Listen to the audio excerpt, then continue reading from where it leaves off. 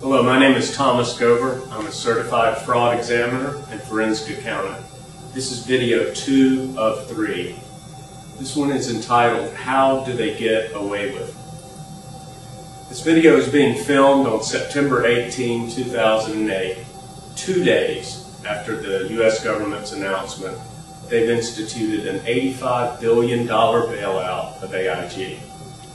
It is essential that forensic accountants scour the financial statements and financial records of AIG. It is simply not believable that a downturn in mortgage markets or mortgage derivative products is solely responsible for this monumental mess. You may have noticed that in the first video I made no mention of mortgages in default, credit default swaps, or any other specific types of derivative investments in connection with the AIG debacle. I made no mention for a reason. Adequate laws and regulations and regulatory oversight of insurance company investments would never permit dangerously high levels of high-risk investments in one basket, so to speak. A downturn in any one sector should never prompt an insurance company bailout like we're facing now.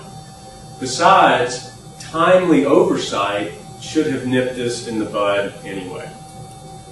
I know for a fact that insurance companies are not permitted to invest too high a percentage of their surplus or their assets in any one type of investment, or certainly not an investment that has limited marketability.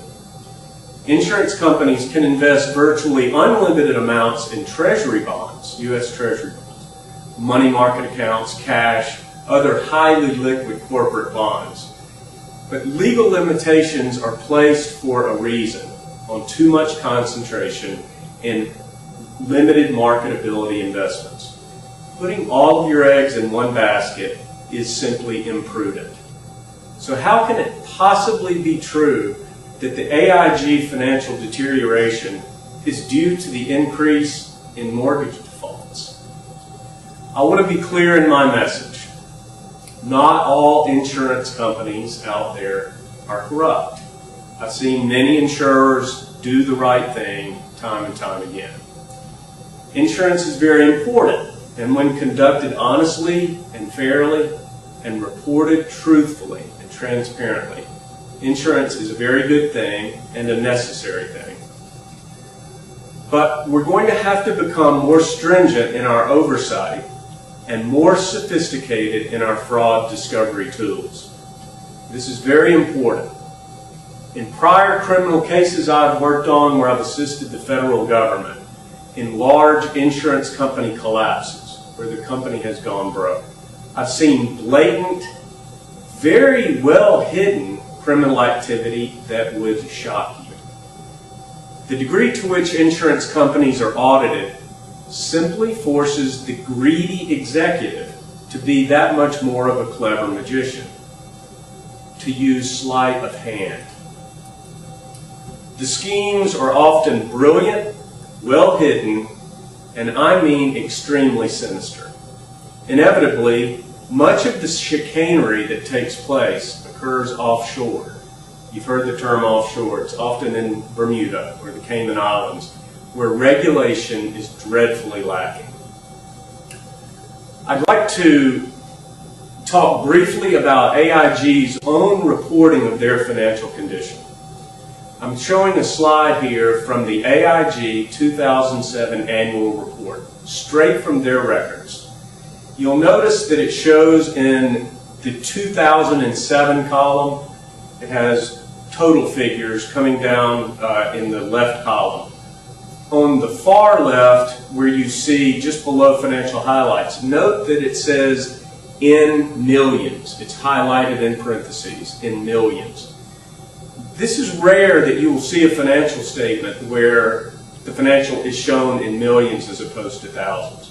My point here is that when you go down to the asset number, that $1,060,505 is over $1 trillion.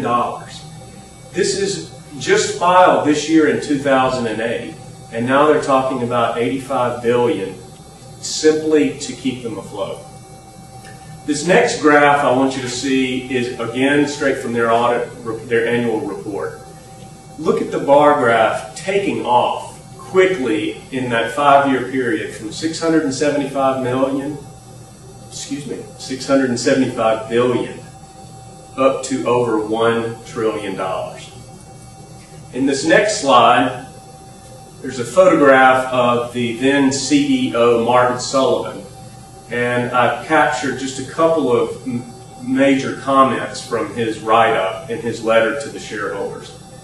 Notice that he's commenting on how they increased assets to $1.061 trillion. But then look at this large quote that was blown out in the letter to stockholders. We remain confident in our strategy to leverage our financial strength. How can, in 2008, just months ago, he be bragging about the financial strength and then we're facing this bailout? What I'd like to do is take a moment to show you a simple balance sheet from an insurance company. I'm going to sketch it out on a whiteboard for you. I've already told you that insurance company accounting is complex, but this much is simple. All right, so this is a very simple insurance company balance sheet. We got assets on the left side, liabilities on the right side. Things you have, things you owe.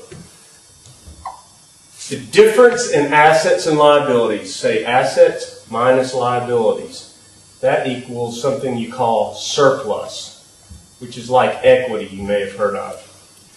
2 points I want to make here. First of all, these assets should be assets that you are very familiar with.